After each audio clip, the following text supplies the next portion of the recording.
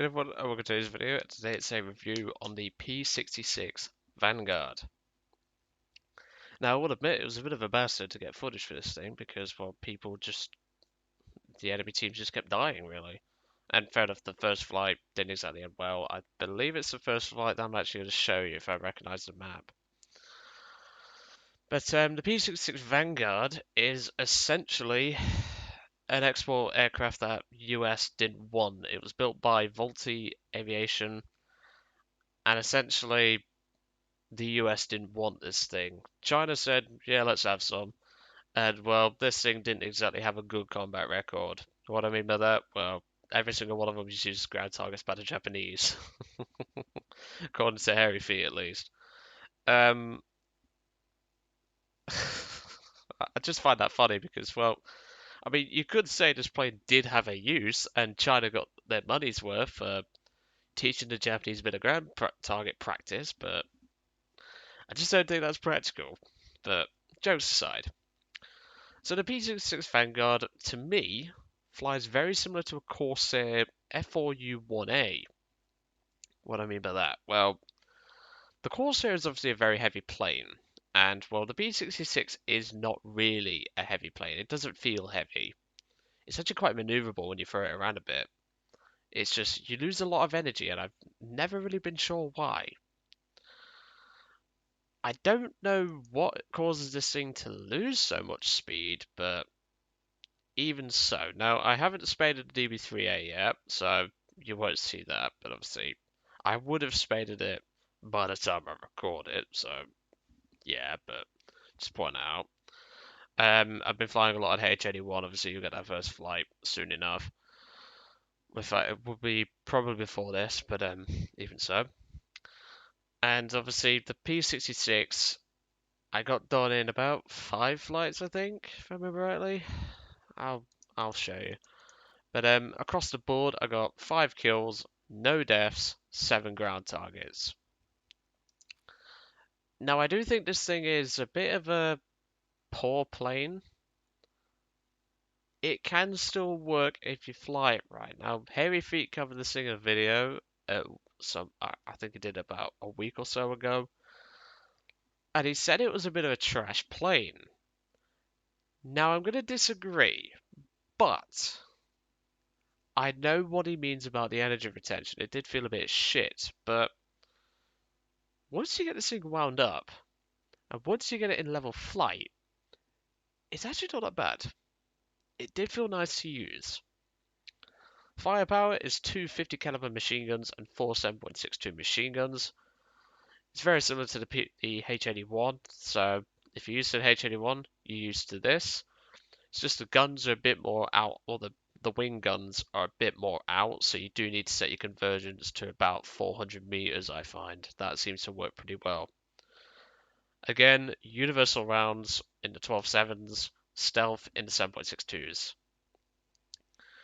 And again, this thing gets the war belts, so you get you get API, so that's logic. But as far as I'm aware, this plane didn't do anything in real life other than be ground targets for the Japanese. But I just think that this flight model is a bit, what's a word, balked or like unfinished. I don't see where the energy goes. I don't see how this thing loses so much energy, and I can't seem to work it out. I mean, the wings are perfectly fine. The airframe itself is pretty aerodynamic. I mean, it should be. It's a bloody plane. And the engine's got good power, but I just don't know. But anyway, let's jump into the battle and let's have a look at the plane. And yes, it is my first flight because, well, at the end of this game, I got a private message from 2 players in this game. Number 1 was one of the 112 pilots, and the second is the H75 pilot who you're going to see. I mean, I don't mind the HE112 pilot because he was there, like, calling me a camper and stuff like that, and I was like, no, I was just trying to land, but I saw you trying to vulture. We had a good conversation, he checked out the channel, but I don't think he's subscribed. And just overall, I actually learned a bit of respect for that guy. But it's Fazan_Golden is the dickhead. Now, he saw... Well, he obviously isn't a Spade and Hawk. He is a stat padder. And everybody knows my opinion on stat padders. I fucking hate the bastards. And well, if you need an opinion on how slow this thing climbs with stock, this is on 4 times speed. Look at that climb rate. Let's put it to 1 time so you can see just how slow this thing climbs. Now, in this battle, I did actually go AFK. What was I actually doing? I need to remember now. I think it was because, my auntie was bringing around some food to put in the freezer for her dog, because she doesn't have a very big freezer. This is where I come back, obviously. And, I needed to assist by putting the food away for the dog, because, well, Cyril's a big dog, and he needs quite big amounts of food. Let me tell you that much. He's a bit of a greedy bastard. But, obviously, I'm climbing up here. This thing is struggling, and obviously it is stock, so you got to take that into account. But it didn't feel much of a difference with Spaded in terms of climb. It's when you put this thing in a dive is what seems to help it out. I mean, to me, this thing flies like a Corsair, as I said. And obviously, at the moment, I'm saying to the team, prioritize that Key 43. I believe that's a Key 43. I do. Yes, it is.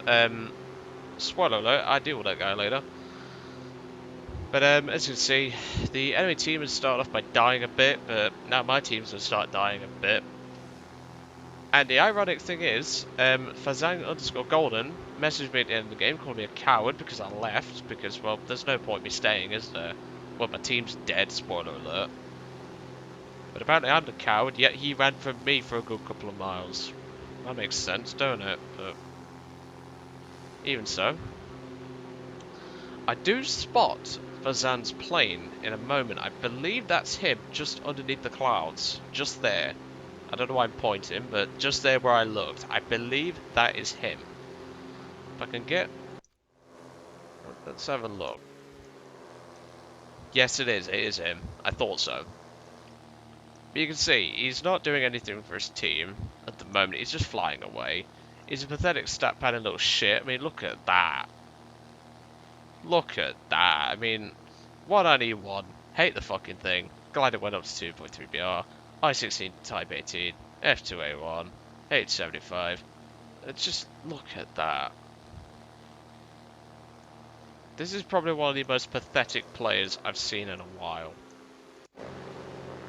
Now, most people are going to criticize my decision for going for this guy, but obviously, my sort of work for like dealing with an enemy plane or an enemy team is prioritize targets by altitude, not by power.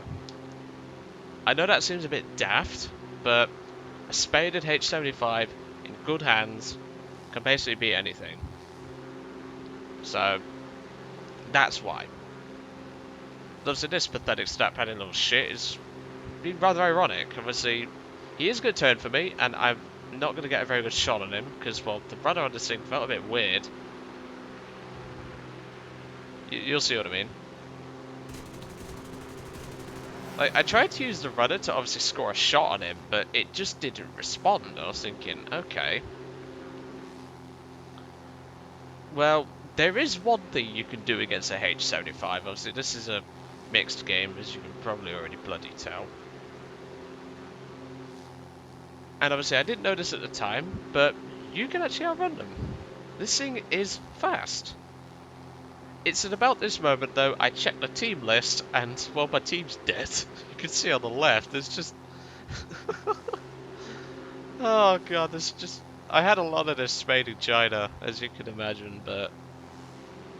obviously, Mr. Desperate is actually firing stealth rounds at me. He's that much of a tryhard. I mean, I at least have the decency to put some traces in my belts, but that's just my opinion. You can hear bullets whizzing over the cockpit right now.